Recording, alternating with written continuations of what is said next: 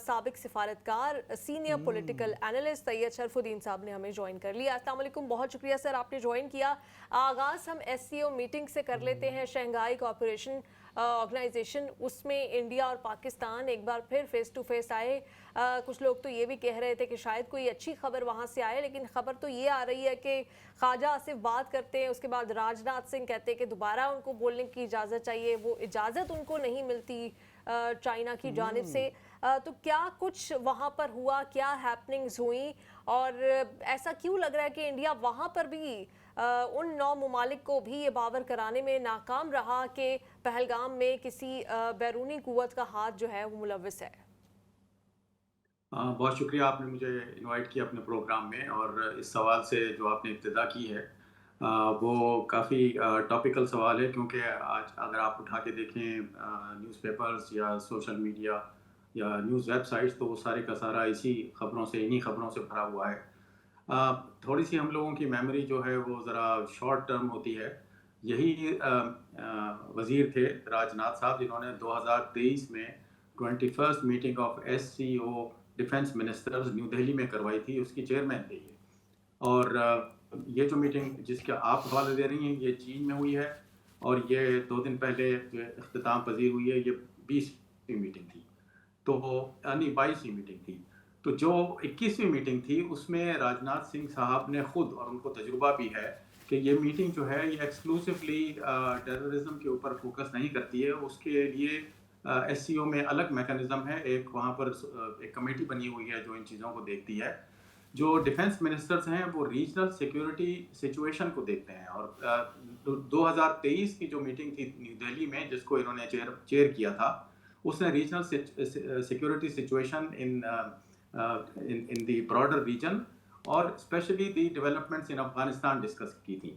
تو یہ جو میٹنگ 2 دن پہلے ہوئی ہے, اس کا بھی یہی ایجنڈا تھا, ریجنل سیکیورٹی سچویشن.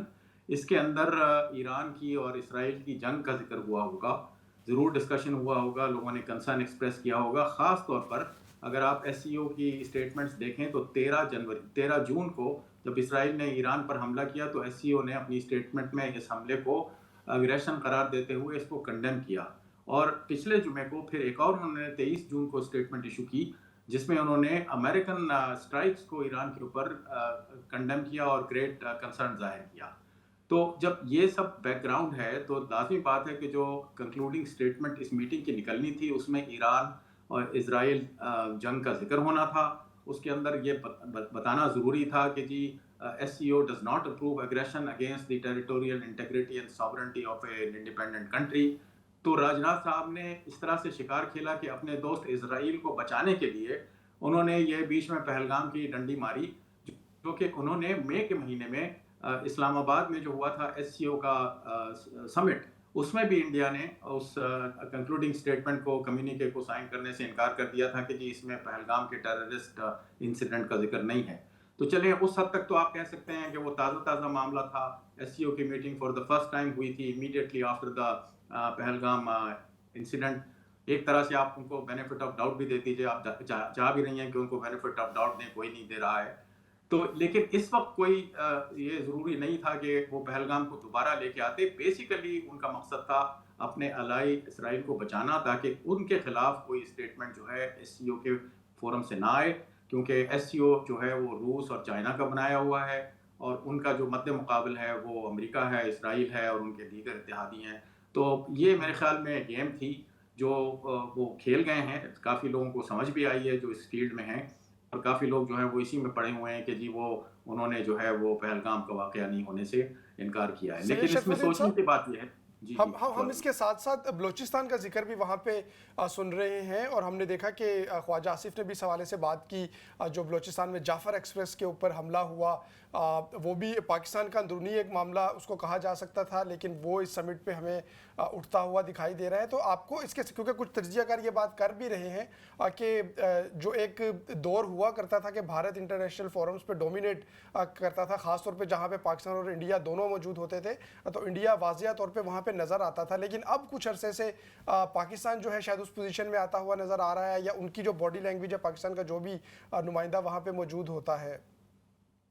اصل میں ایس سی او نے میں تو سمجھتا ہوں کہ ایک طرح سے غلط کیا کہ یہ ڈیسائیڈ کیا کہ یہ کنکلوڈنگ اسٹیٹمنٹ ایشو نہ کی جائے، کیونکہ عموماً جب آپ ملٹی لیٹرل کانفرنسز میں بیٹھتے ہیں تو ہر کنٹری ڈیفینیٹلی اپنے اپنے ایشوز اٹھاتا ہے. خواجہ آصف صاحب نے بھی اٹھائے، راجناتھ صاحب نے بھی اٹھائے ہوں گے، دیگر کنٹریز نے اٹھائے ہوں گے.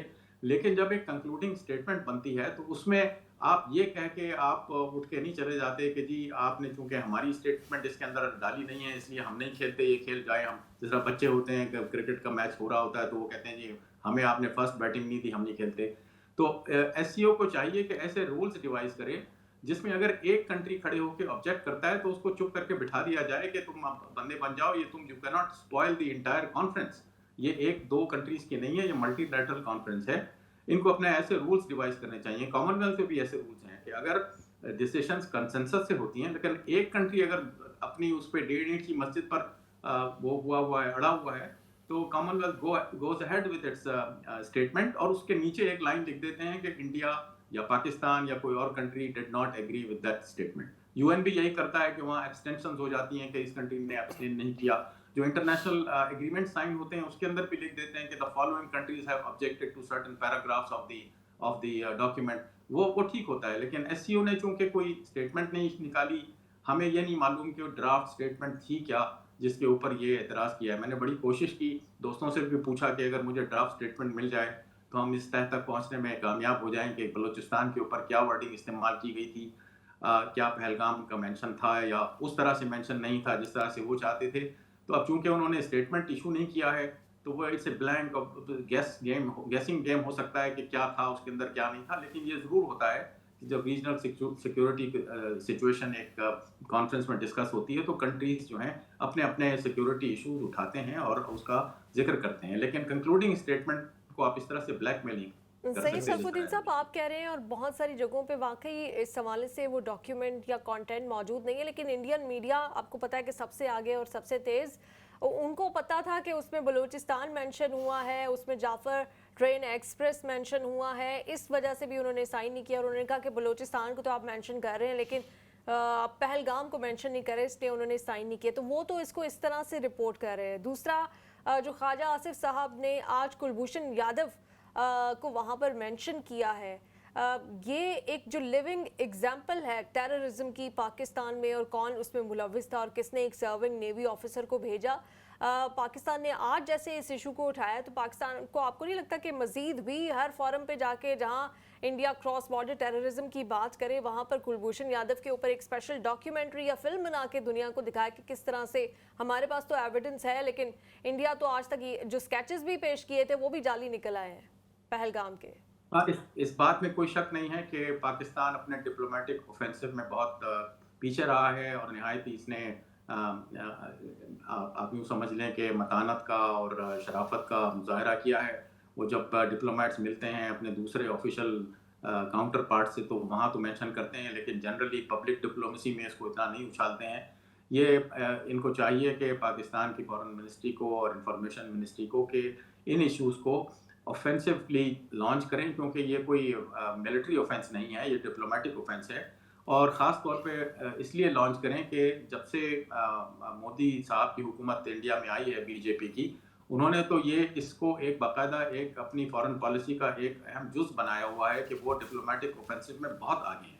تو پاکستان کو بھی چاہیے کہ کم از کم اس حد تک کہ جو واقعات پاکستان میں ہو رہے ہیں اور ہوئے ہیں اور جس کے بارے میں ان کے پاس پوری انفارمیشن موجود ہے اس کی بیسس پہ وہ پوری دنیا کو بتائیں. اور جب تک آپ بتائیں گے نہیں، وہ ایک اصول ہے اس کا چیزیں بیچنے کا کہ جس نے دیکھا نہیں وہ کیا خریدے گا، جو چیز دکھی نہیں وہ بکے گی کیسے.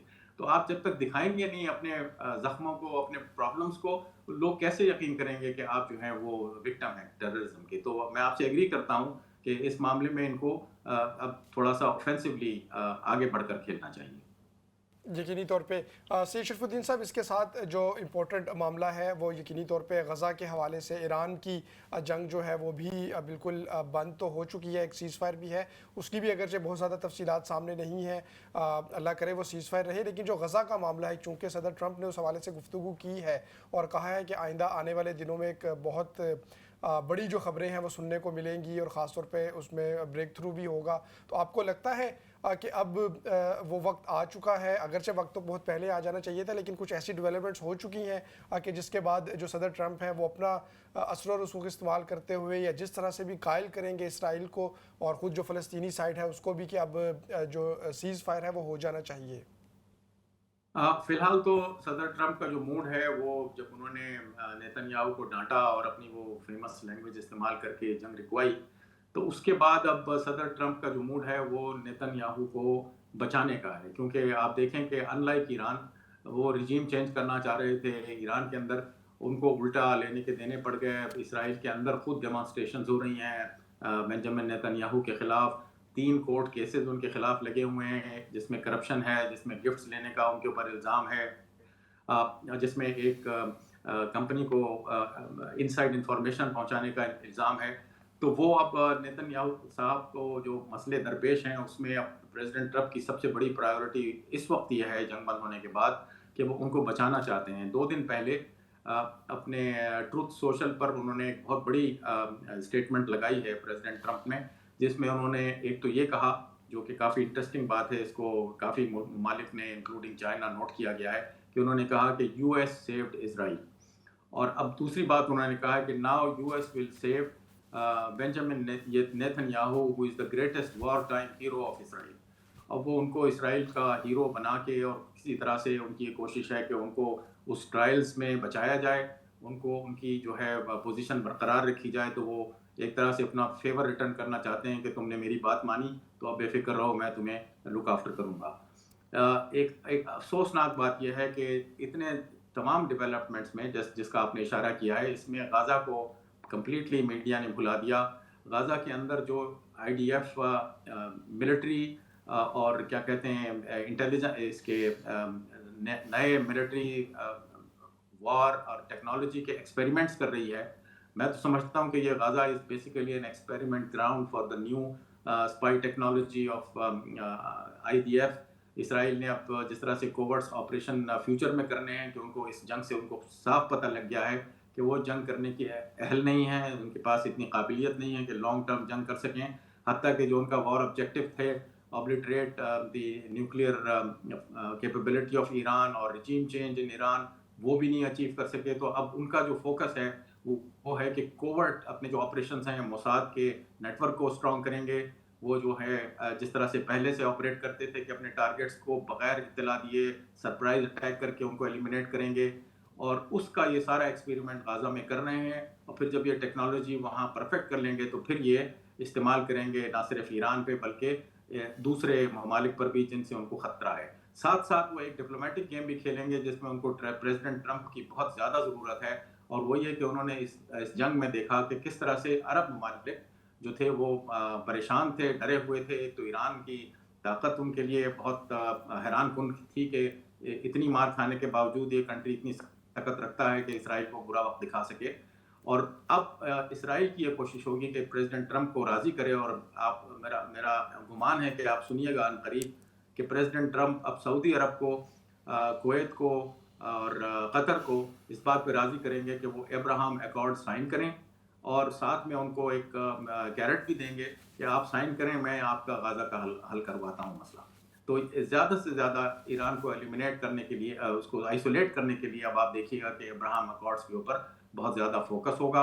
اور اس کے ریٹرن میں اگر کوئٹ پرو کو وہ کچھ غازہ میں کر سکے تو کریں گے. ویسے اپنی طرف سے غالباً وہ غازہ میں وار نہیں روکیں گے، کیونکہ وہ ایک دفعہ یوکرین میں بھی ناکام رہے ہیں. آپ تھوڑا سا جلد مطلب ہے کہ آپ ابھی تھوڑا ویٹ کیجئے. ان کو یہ دو جنگیں اور بند کرانی ہیں اس سے پہلے کہ ان کو وہ پرائز کب مل سکے اس کا پیس کا. صحیح شرف الدین صاحب، جیسے کہ آپ بتا ہی رہے ہیں، ہم نے یہ بھی دیکھا پچھلے دنوں جو تصاویر، کچھ امیجز آ رہے تھے اسرائیل سے کہ اس میں ایسی بل بورڈز لگائے گئے ہیں جس میں کہا جا رہا ہے کہ نیا مڈل ایسٹ بننے جا رہا ہے. اور اس میں جو عرب لیڈرز ہیں، محمد بن سلمان اور ان سب کی تصاویر بھی لگائی گئی جو آپ کی بات کی طرف اشارہ کرتی ہیں کہ شاید ابراہم ایکارڈز کے حوالے سے کوئی فیصلہ ہونے والا ہے. آپ کو لگتا ہے کہ صرف عرب، کیونکہ اسرائیل کو تو سب سے ہی خطرہ رہتا ہے، تو اس میں کیا پاکستان کو بھی ایک وقت میں شامل کرنے کی بات کی جا رہی تھی؟ تو کیا ایک بار پھر سے